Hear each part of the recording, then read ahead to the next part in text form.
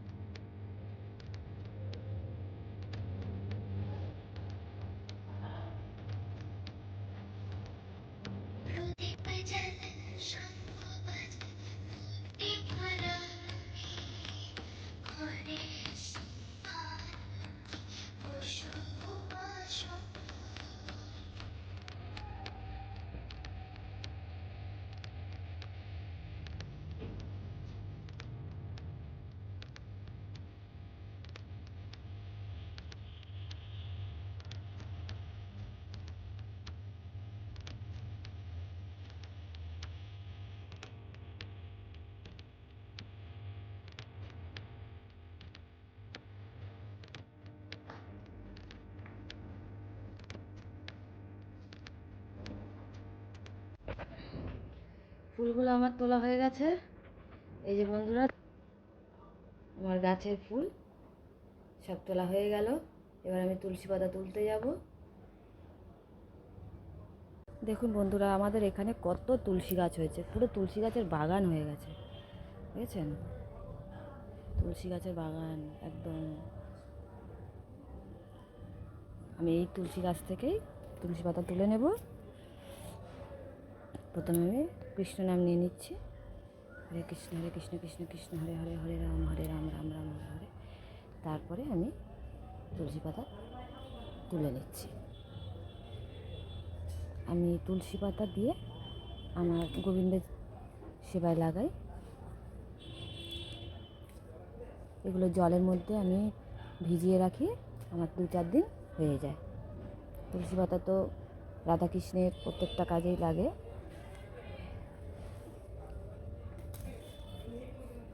তোলা হয়ে গেছে। এই যে এতগুলো তুলসী পাতা আর ফুল আমি তুলে নিয়েছি। এবার আমি আমার ঘরটাকে সুন্দর করে মুছে নেব। ঘরটা মোছা হয়নি, ঘরটা মুছে নেব।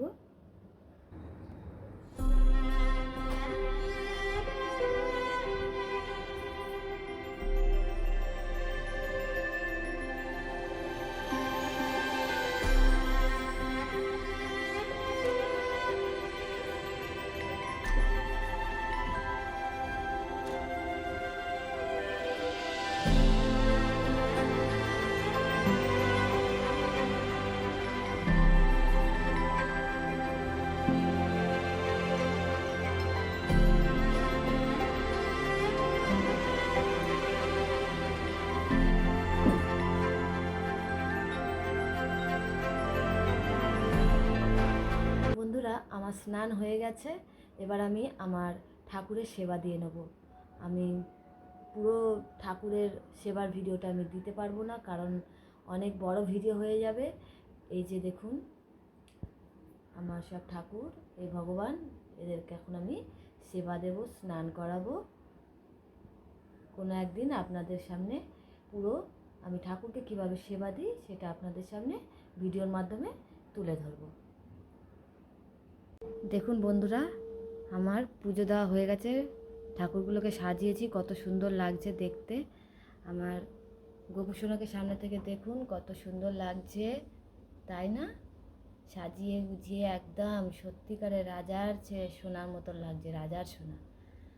আর এই যে আমার কালাচাঁদ আর রাধারানী মা দুজনেই সাজুগুজু করে বসে আছে।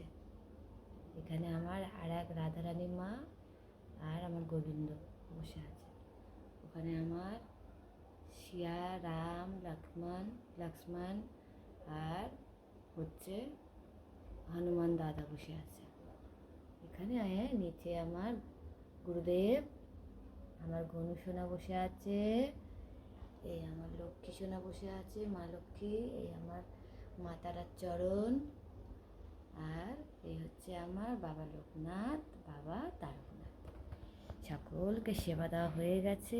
দেখুন বন্ধুরা কত সুন্দর লাগছে আমার সিংহাসনটা। চলুন এবার অন্য আর একটা ভিডিওতে যাওয়া যাক। ভাতটা রান্না হয়ে গেছে, পুজো দিতে দিতে ভাতটা এবার নামিয়ে নিচ্ছি আমি।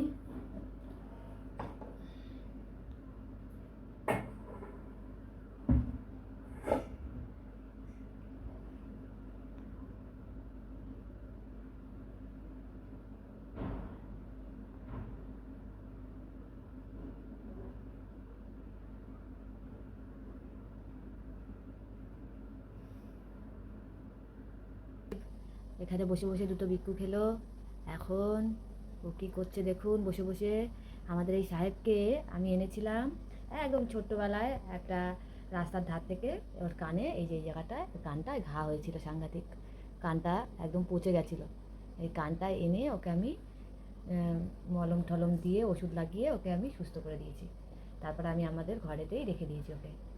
আর সাহেব এখন আমাদের একজন পরিবারেরই সদস্য হয়ে গেছে। বলে হাত দাও, হাত দাও, তা হাত দাও, হাত মেরিয়ে নাও একটু। বলে বাবালে, একটু হাতটা মিলিয়ে নিতে পারতে, একটু হাতটা মিলিয়ে নাও, এ নাও না। বন্ধুরা আপনারাও এরকম যেসব রাস্তার ডগিগুলো আছে তাদেরকে একটু পারলে একটু আপনারা সেবা যত্ন করবেন।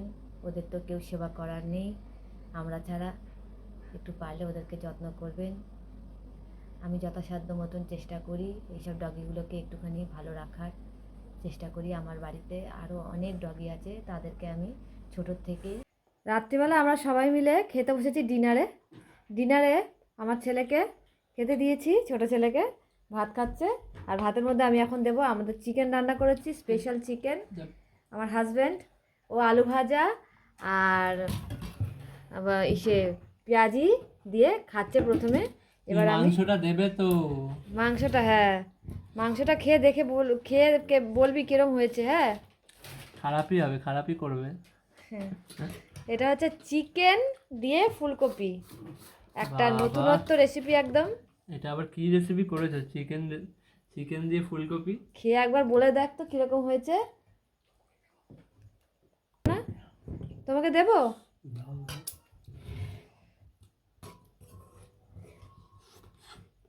আশা করি ভালোই হবে। গন্ধ শুনে মনে হচ্ছে তাই। ফুলকপি মাংস দিয়ে না, মাংস খাবো না। মেখে দাও না ভাতটা। আমি কি করে মাখবো, দাঁড়া ঠান্ডা হোক। বস তুই বস। আচ্ছা এবার আমি আমার সাহেবটাকে একটু খেতে দেবো। সাহেবেরও অনেক খিদে পেয়ে গেছে।